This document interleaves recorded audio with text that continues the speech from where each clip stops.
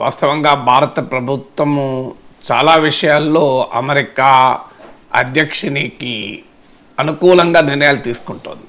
So మీకు నిన్న American పార్లమెంట్లో వాళ్ళ టాప్ ట్రేడ్ అఫీషియల్ చెప్పారు, ఇండియా ఈజ్ ఫార్వర్డ్ లీనింగ్ అన్నాడు. అంటే అర్థం ఏంటి? ఫార్వర్డ్ లీనింగ్, ముందుకు వంగుతోంది అని చెప్పారు. సో మన దగ్గర ప్రభుత్వం అంగీకరించకపోవచ్చు, కానీ అమెరికన్ ట్రేడ్ అఫీషియల్ వాళ్ళ పార్లమెంటుకు చెప్పిన అంశం ఇండియా అంగీకరిస్తోంది మనం చెప్పిన దానికి అని. దీనికి ఉదాహరణలు కూడా మనకు స్పష్టంగా కనబడుతున్నాయి. అంటే మోడీ ప్రభుత్వం ఏ రకంగా అమెరికాతో వాణిజ్య ఒప్పందం చేసుకోవటానికి ట్రంప్ కోరికల్ని అంగీకరిస్తూ వస్తుంది.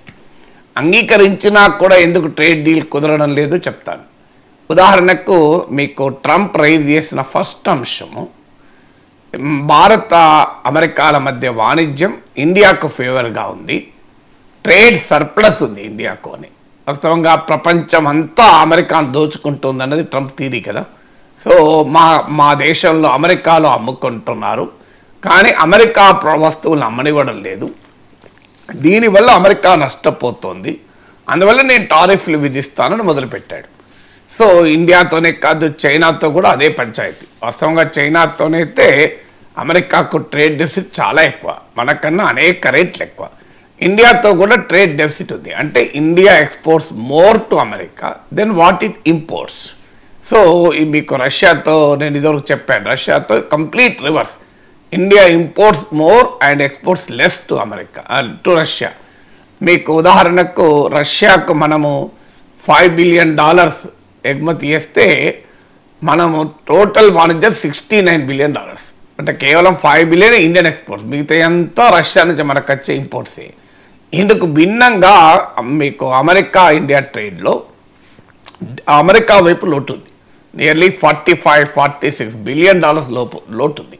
అంటే మనం $41 బిలియన్ ఇంపోర్ట్ చేసుకుంటే అప్రాక్సిమేట్గా $87 బిలియన్ మనం ఎక్స్పోర్ట్ చేస్తాం. అంటే trade deficit for America is $45-46 billion ఉంటుంది.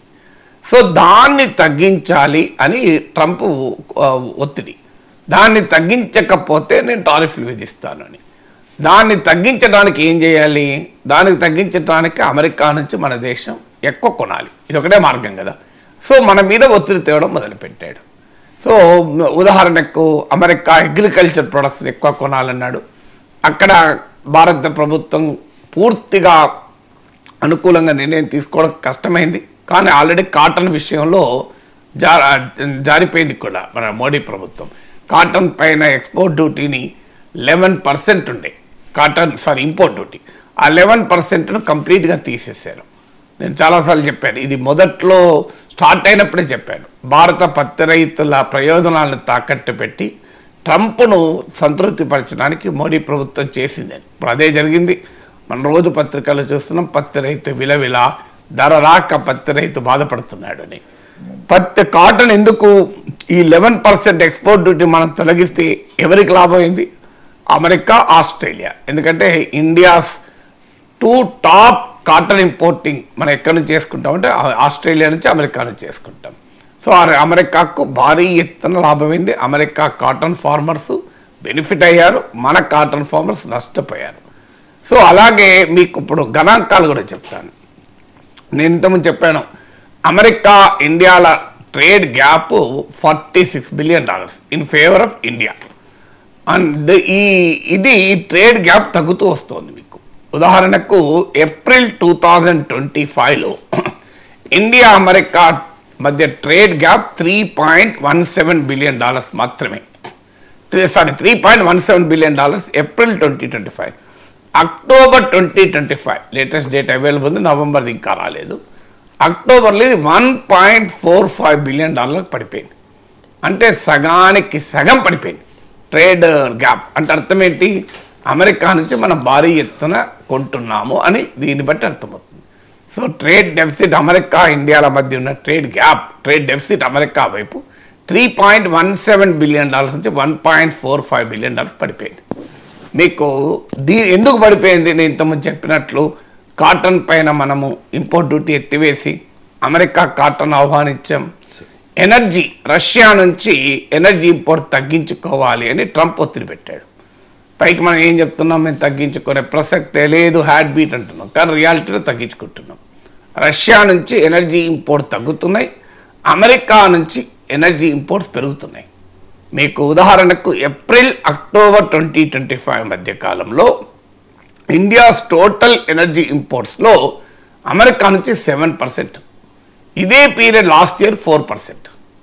అంటే ఏమైంది, మన అమెరికా షేర్ ఇండియన్ ఎనర్జీ ఇంపోర్ట్స్లో అమెరికా షేర్ రెట్టిపోయింది. మీకు ఎల్పిజి ముఖ్యంగా ఉదాహరణకు ఒకప్పుడు మనం 0 అమెరికా నుంచి దిగుమతి, ఇప్పుడు 10% రీచ్ అవుతుంది. అంటే క్లియర్గా మనకు నష్టం జరుగుతున్న కాస్ట్లీ అయిన రష్యా నుంచి ఎనర్జీ ఇంపోర్ట్ తగ్గించుకుంటున్నాం. ఒకప్పుడు 36% ఉండే మన టోటల్ ఎనర్జీ ఇంపోర్ట్స్లో, ఇప్పుడు అది 29% పడిపోయింది, ఇంకా తగ్గుతుంది అంటున్నారు. సో అంటే రష్యా నుంచి కూడా ఇంధన కొనుగోళ్లు తగ్గించుకుంటున్నాం. ట్రంపే చెప్పినట్లు ఒక్కసారి సాధ్యం కాదని ట్రంప్ చెప్పాడు. ప్రాసెస్ మొదలైంది అంటే మన వాళ్ళు కాదన్నారు, కానీ రియాలిటీ డేటా చూడండి మీరు. రష్యా నుంచి తగ్గుతున్నాయి, అమెరికా నుంచి పెరుగుతున్నాయి. సో అలాగే డిఫెన్స్ ఇంపోర్ట్స్ మనము ఒకప్పుడు అత్యధికంగా రష్యా నుంచే ఉండేది, 75% ఉండేది. 2017 నాటికి 62% ఉండేది, ఇప్పుడు 36% పడిపోయింది. ఇలా మన డిఫెన్స్ ఇంపోర్ట్లో అమెరికా 10% దాకా చేరిపోయింది. సో ఇలా మీకు క్లియర్గా డేటా చూపెడుతుంది ఇది. ఇవన్నీ దేనికి మనం చేస్తున్న ట్రంప్ను మెప్పించడానికి మన ప్రభుత్వం దిగవస్తూనే ఉన్నది. మీకు టారిఫ్లు తగ్గించారు, నిబంధనలు సడలించారు. ఒకప్పుడు ఇండియాలో టెస్లా కార్ ఉత్పత్తి అమ్మాలి అంటే టెస్లా ఇక్కడ ప్రొడ్యూస్ చేయాల్సిందే, మేక్ ఇన్ ఇండియా అన్నారు.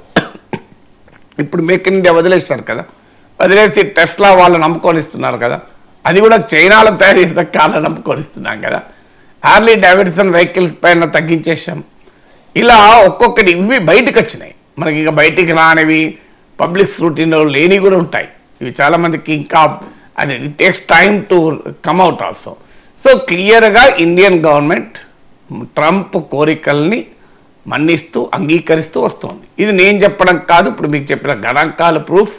ఎనర్జీ ట్రేడ్ గురించి చెప్పాను, ఓవరాల్ ట్రేడ్ గురించి చెప్పాను, డిఫెన్స్ గురించి చెప్పాను. సో ఈ ప్రాసెస్ ఆల్రెడీ మొదలైంది. దీన్ని అమెరికన్ పార్లమెంట్లో వాళ్ళ ట్రేడ్ అఫీషియలే చెప్పాడు, ఫార్వర్డ్ లీనింగ్ అని. ఇండియా అమెరికాకు ఫార్వర్డ్ లీనింగ్ అంటే ఇలా ముందుకు వంగుతున్నామని. కానీ ఇది ఈ స్థాయిలో మనం ఒప్పుకున్నాం. మరి అయినా ట్రంప్ ఇటలేడు. ఇంకా ఏం కావాలి ట్రంప్ కంటే? ఏం కావాలి అంటే భారతదేశం మొత్తం తెరిచేసి ఎకానమీని. సో